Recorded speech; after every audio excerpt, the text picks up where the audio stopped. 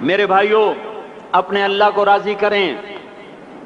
جن دکانوں کے پیچھے نمازیں چھوٹ گئیں، جن دکانوں کے پیچھے سچ کو طلاق ہو گئی، جن دکانوں کے پیچھے دیانت چلی گئی، خیانت آ گئی، بددیانتی آ گئی، ہاں اللہ تعالیٰ قیامت کے دن کہے گا بددیانت سے، وہ تو نے جو امانت کھائی لے کے آ، وہ امانت جو تو کھا گیا تھا لے کے آ۔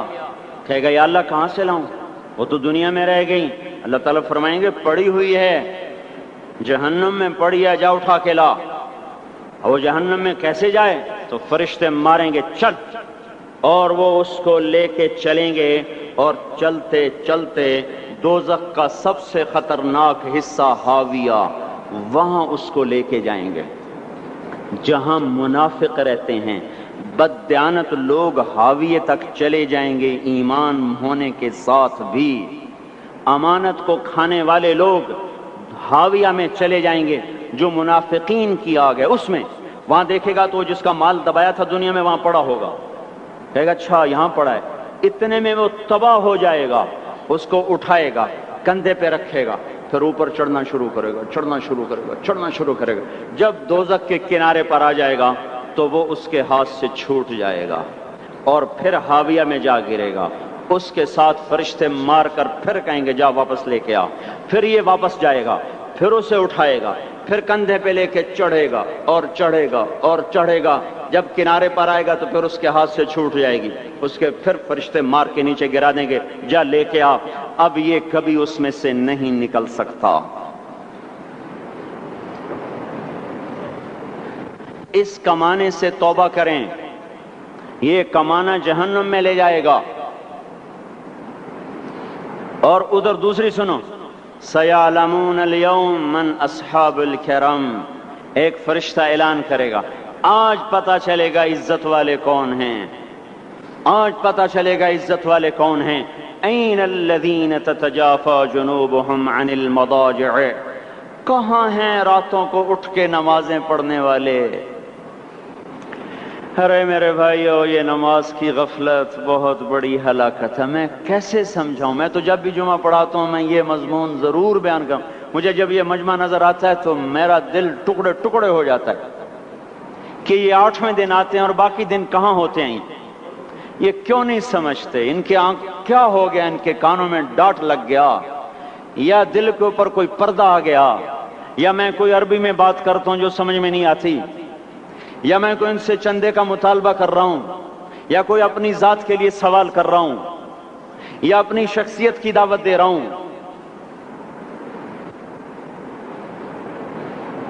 آج نماز عزت دلائے گی، سب سے پہلا اعلان ہوگا، کہاں آج پتہ چلے گا عزت والے کون ہیں، کہاں ہیں راتوں کو اٹھ کے نماز پڑھنے والے اور اللہ کے نام پہ خرچ کرنے والے۔ صرف نماز نہیں، زکوٰۃ بھی دینی پڑے گی۔ پیسہ ہے زکوٰۃ نہیں دے رہے، پیسہ ہے اللہ کے نام پہ خرچ نہیں کر رہے۔ بھائیو، اللہ کے نام پہ خرچ کرنا سیکھیں، اللہ کے واسطے اپنے آپ کو سادگی پہ لائیں اور اللہ کے نام پہ لٹانا سیکھیں۔ اللہ آپ کی نسلوں کو واپس کرے گا، صرف آپ کو نہیں، آپ کی نسلوں کو واپس کرے گا۔ آپ اللہ کو قرضہ دے رہے ہیں، کسی ایسے ایرے غیر کو قرضہ نہیں دے رہے۔ یہاں مسجدیں والے چندے مانگ رہے، بھائی مسجد کو چندہ دو، مدرسوں والے چندے مانگ رہے، مدرسوں کو چندے دو۔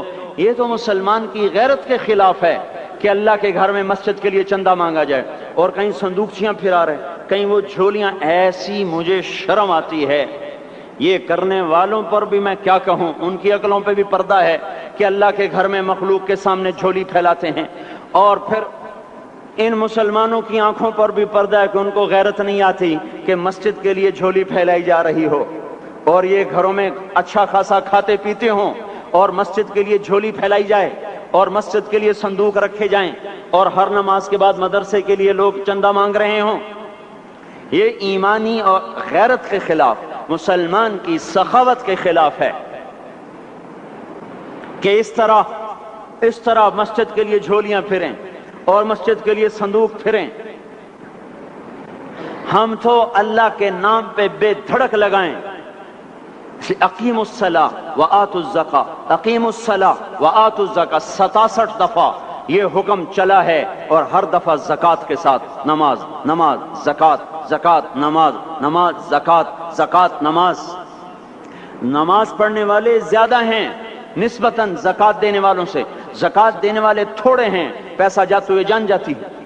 ہمیں نہ دو، اپنے غریب رشتہ داروں کو تلاش کر کے دیں، اپنے غریب رشتہ داروں کو، اپنے غریب پڑوسیوں کو۔ آج جو صحیح دیانتدار تنخواہ دار ہے وہ بھی مستحق زکوٰۃ ہے اگر وہ دیانتدار ہے تو۔ اگر رشوت نہیں لیتا تو آج کا ایس پی بھی مستحق زکوٰۃ ہے۔ میرا ایک دوست ایس پی کہنے لگا میں زکوٰۃ کا مستحق ہوں،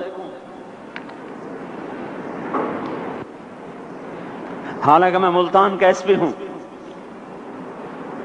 کہ 15 دن میرے گھر میں کبھی سالن پکتا ہے کبھی نہیں پکتا۔ اپنے اوپر صرف خرچ کرنا۔ بچے کو کھلونے کی خواہش تھی، 1000 روپے کے کھلونے لے کے دے دیے۔ کیا ظلم ہے یہ؟ 1000 روپے کے کھلونے بچے کو لے کے دے دیے۔ کہ اللہ نہیں پوچھے گا کہ اس 1000 سے کسی غریب کے گھر کا دیا جل سکتا تھا اور کسی کے غریب کا ایک ہفتہ گزر سکتا تھا، تیرے کسی مسکین رشتہ دار کے گھر میں بھی کچھ سالن پک سکتا تھا۔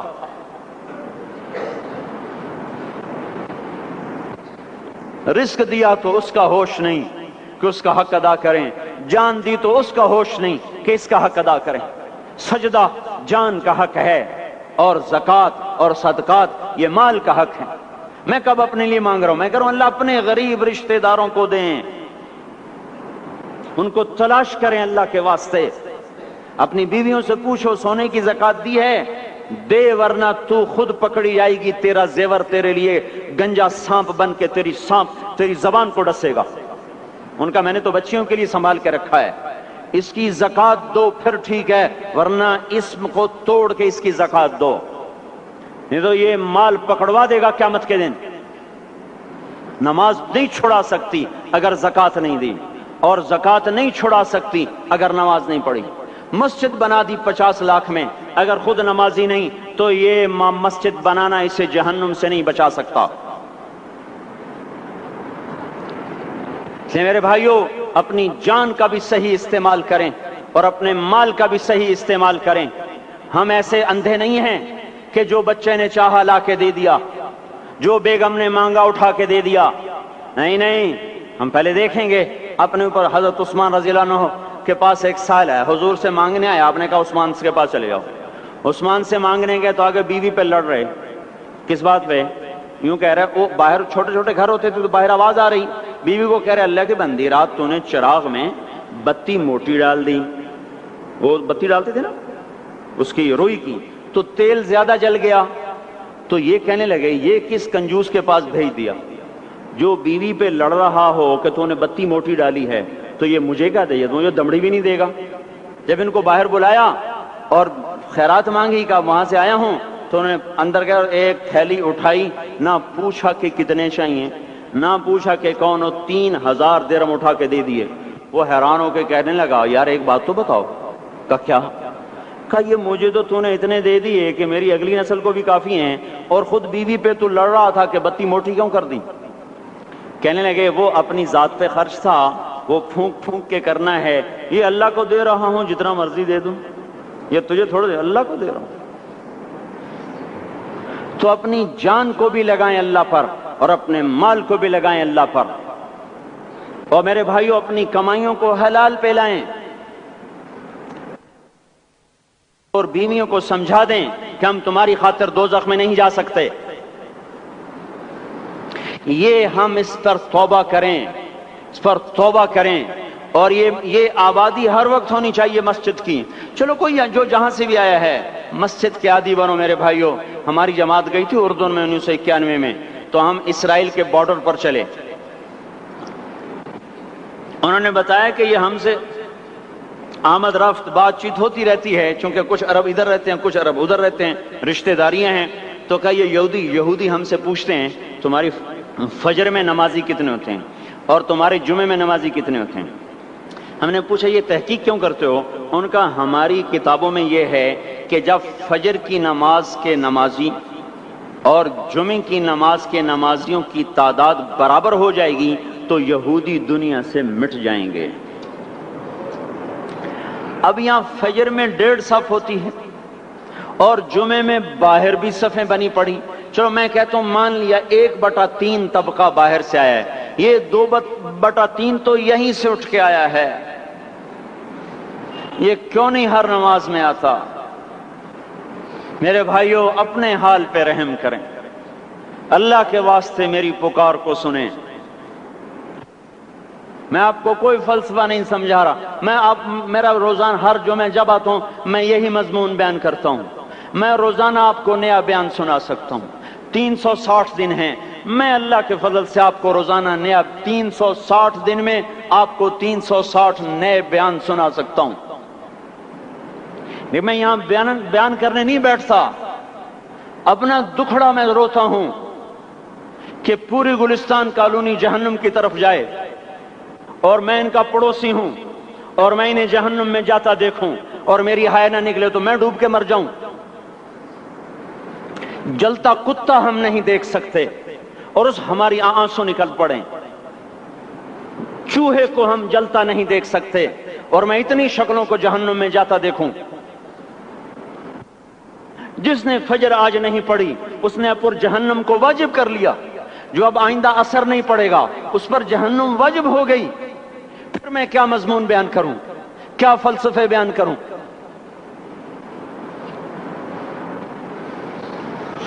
اس لیے میرے بھائیوں اپنی ذات پہ رحم کریں، اپنے بچوں پہ رحم کریں، اپنے گھر والوں پہ رحم کریں، مسجد کی دوڑ لگائیں، اپنے مال کو اللہ کے نام پہ خرچ فرمائیں تاکہ یہاں بھی جہان بنے اور وہ بھی جہان بنے۔ کیا زندگی ہے، چلتے چلتے سانس نکل جاتا ہے پھر یوں مٹ جاتے ہیں جیسے دنیا میں کبھی آئے نہ تھے۔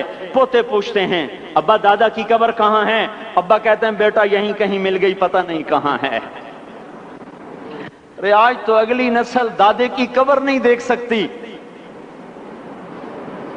ہم اس دنیا کی خاطر اللہ کے باغی ہو جائیں۔